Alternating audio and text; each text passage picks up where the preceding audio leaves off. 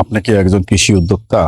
আপনি কি পেঁপে বাগান করেছেন বা পেঁপে চাষ করছেন? আপনি কি ইউটিউব বা ফেসবুকে দেখে ভাবতেছেন যে হয়তো 3 থেকে 4 মাসের মধ্যে পেঁপে বাগান করা সম্ভব, বা হলো গাছ রোপণের 3 থেকে 4 মাসের মধ্যেই ফলন পাওয়া সম্ভব? তাহলে আপনি ভুলের স্বর্গে বাস করছেন। আজকের ভিডিওটি পুরোটা দেখুন, হয়তো অনেক অজানা তথ্য আপনার জ্ঞান ভান্ডারকে আরো সমৃদ্ধি লাভ করতে পারে। আসসালামু আলাইকুম।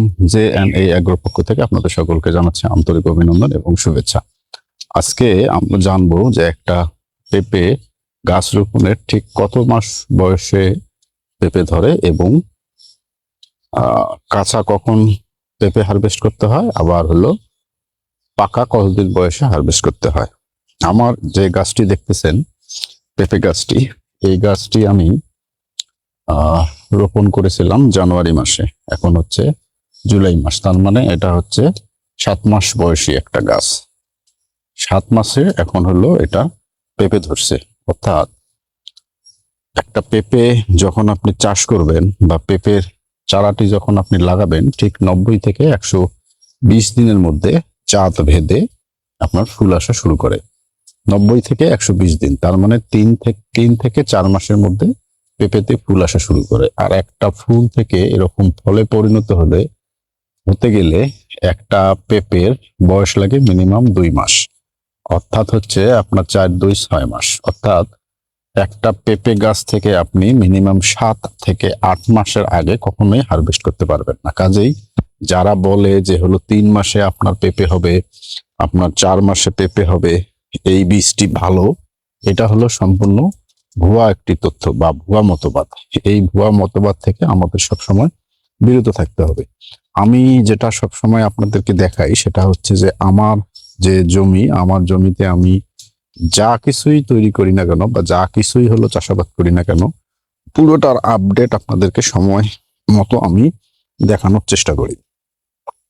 এই গাছটি আমার, যেহেতু আমি জানুয়ারিতে লাগিয়েছিলাম, এই জন্য এই গাছটিতে কিছুটা হলো গ্যাপ হয়ে তারপরে পেঁপে ধরছে। যদি এই গাছটিকে আমি অক্টোবরে রোপণ করতাম তাহলে গাছটির ঠিক গোড়া থেকেই পেঁপে ধরতো। অর্থাৎ পেঁপে লাগানোর দুইটা উপযুক্ত সময় আছে। একটা হচ্ছে জানুয়ারি থেকে ফেব্রুয়ারি অথবা ফেব্রুয়ারি থেকে মার্চ, আর একটা হচ্ছে অক্টোবর থেকে নভেম্বর। তাহলে সবচেয়ে ভালো সময় হচ্ছে অক্টোবর থেকে নভেম্বর মাসে যদি আমরা পেঁপে রোপণ করি, তাইলে সেই পেঁপে থেকে যদি আমরা সঠিক যত্ন নিতে পারি এবং যদি সঠিকভাবে তার খাদ্য বা সঠিকভাবে তার পরিচর্যা করতে পারি, তাহলে অক্টোবর থেকে নভেম্বর মাসে যে পেঁপেগুলো আমরা রোপণ করব, সেই পেঁপে থেকে আপনার গোড়া থেকে আপনি পেঁপে পাবেন। কিন্তু জানুয়ারি থেকে মার্চের মধ্যে যে সমস্ত পেঁপে আপনি লাগাবেন, ওই সমস্ত পেঁপে আপনি কিন্তু একদম গোড়া থেকে পাবেন না। সেটা আপনি যতই পরিচর্যা করেন না কেন, যতই এখানে আপনি হলো পেঁপে গাছে খাবার দেন না কেন, এটা কখনোই সম্ভব না। কারণ আমি এটা নিজেই হলো এখানে আপনাদেরকে বাস্তব যে চিত্রটা, সেটা আমি দেখানোর চেষ্টা করলাম। তবে অবশ্যই ভালো জাত দেখে, ভালো কিছু বুঝে, ভালো জমিতে, যে সমস্ত জমিতে আপনার পেঁপে হবে, পেঁপে সাধারণত পানি সহ্য করতে পারে না, এমন কোনো জমিতে আপনি পেঁপে লাগাবেন না যে জমিতে 24 থেকে 48 ঘন্টার মতো পানি জমে থাকে। তাহলে পেঁপে গাছের শিকড় যেহেতু নরম, এই পেঁপে গাছের শিকড় পানি সহ্য করতে পারে না। 24 থেকে 48 ঘন্টা যদি পানি ওই জমিতে থাকে, তাহলে এই পেঁপে গাছগুলো নষ্ট হয়ে যেতে পারে।